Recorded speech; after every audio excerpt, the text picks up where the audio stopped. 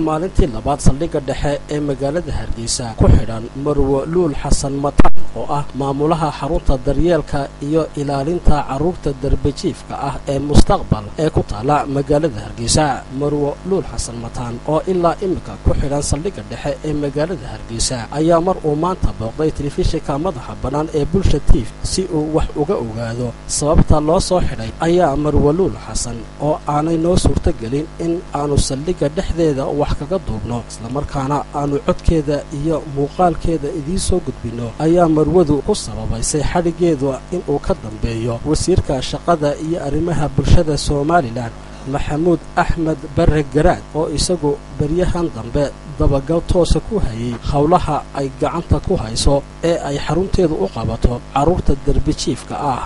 geesta kale mar uu telefishinka madaxa bannaan ee Bulsha TV uu isku dayay in uu arinta xadhigeeda wax ka weydiiyo taliyaha saldhigga dhexe ee magaalada Hargeysa ayaa taliyuhu waxa uu hadalkiisa ku soo koobay in aanu waxba ka ogeyn sababta loo xidhay iyo cidda ay marwadaasi u xidhan tahay. Luul Xasan Mataan maamulaha xarunta daryeelka iyo ilaalinta carruurta darbijiifka ayaa ciidamadu ay saldhigga u taxaabeen xilli ay maxkamadda degmada Hargeysa ka waday kiis madaniya oo isagu gabagabo ahaa. ilaa iyo hadda ma jirto cid ka tirsan xukuumadda oo ka hadashay xadhigga Luul Xasan Mataan oo ah